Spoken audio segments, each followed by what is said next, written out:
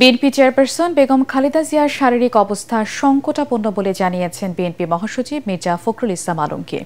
তিনি জানান, বেগম জিয়াকে বিদেশে নেয়ার সব ধরনের প্রস্তুতি রয়েছে। অবস্থা স্থিতিশীল হলে তাকে উন্নত চিকিৎসার জন্য বিদেশে নেওয়া হবে। তার চিকিৎসার স্বার্থে হাসপাতালের সামনে নেতাকর্মী ও শুভাকাঙ্ক্ষীদের ভিড় না করার অনুরোধ জানান তিনি। কামরুজ্জামান রাজীবের রিপোর্ট।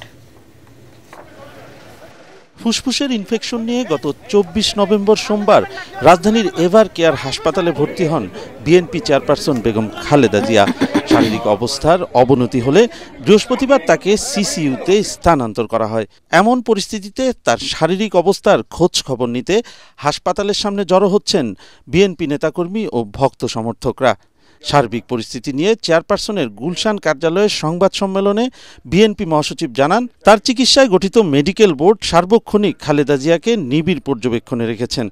তার শারীরিক অবস্থা কিছুটা সংকটাপন্ন, তাকে বিদেশে নেওয়া প্রয়োজন, এই কথা তারা বলছেন যে হয়তো প্রয়োজন হতে পারে, কিন্তু তার এখন যে শারীরিক অবস্থা, সে অবস্থায় তাকে বিদেশে নেওয়ার মতো কোনো শারীরিক অবস্থা নেই। শারীরিক অবস্থা আল্লাহ অশেষ রহমতে যদি স্টেবল হয়, তখন চিন্তা করে দেখা হবে যে তাকে বিদেশে নেওয়া সম্ভব হবে কিনা। তবে বিদেশে নেওয়ার জন্য যে প্রয়োজনীয় বিষয়গুলো রয়েছে, আপনার ভিসা, অন্যান্য দেশের সঙ্গে যেসব দেশে যাওয়ার সম্ভব হতে পারে সেসব দেশের সঙ্গে যোগাযোগ করা এবং এর অ্যাম্বুলেন্সের ব্যাপারগুলো নিয়ে যথেষ্ট আলোচনা হয়েছে এবং সেগুলোর মোটামুটি কাজ এগিয়ে আছে। অর্থাৎ যদি আপনার প্রয়োজন হয় এবং যদি দেখা যায় যে she is ready to fly, তখন তাকে নিয়ে যাওয়ার ব্যাপারে খুব দ্রুত সিদ্ধান্ত নেওয়া সম্ভব হবে।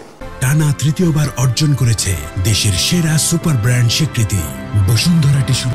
এ সময় হাসপাতালের সামনে নেতাকর্মীদের ভিড় না করার দলীয় নির্দেশনার কথা জানান বিএনপি মহাসচিব।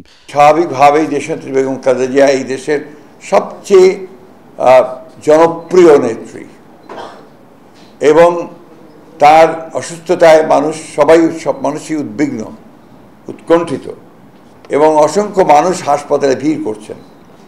এতে করে হাসপাতালের কর্তৃপক্ষ এবং চিকিৎসকরা অত্যন্ত বিব্রত বোধ করছেন। তারা চিকিৎসা কার্য চালাতে প্যারামেডটাও এবং একই সঙ্গে অন্যান্য যারা রোগী আছে তাদের সেখানে বিঘ্ন সৃষ্টি করা হচ্ছে। আপনাদের মাধ্যমে আমি সংশ্লিষ্ট সকলের কাছে অনুরোধ জানাতে চাই যে আপনারা কেউ দয়া করে হাসপাতালে ভিড় করবেন না। অনুগ্রহ করে বিএনপি নেতা কর্মী, তার শুভাকাঙ্ক্ষী বা দেশের মানুষ, তারা দয়া করে হাসপাতালে ভিড় করবেন না। আমরা সময় মতো আপনাদেরকে তার হেলথ বুলেটিন সম্পর্কে জানানো হবে। পরে বিজয়ের মাস ডিসেম্বর উপলক্ষে বিএনপির মাসব্যাপী কর্মসূচি ঘোষণা করেন দলের মহাসচিব। জানান, চট্টগ্রামের কালুরঘাট বেতার কেন্দ্র থেকে শুরু হবে বিজয় মশাল রোড শো। 2 সপ্তাহব্যাপী রোড শো বিভিন্ন জেলা হয়ে ঢাকায় এসে 16ই ডিসেম্বর শেষ হবে। রাজধানীতে অনুষ্ঠিত হবে মহাসমাবেশ। কামরুজ্জামান রাজীব, এটিএন বাংলা, ঢাকা।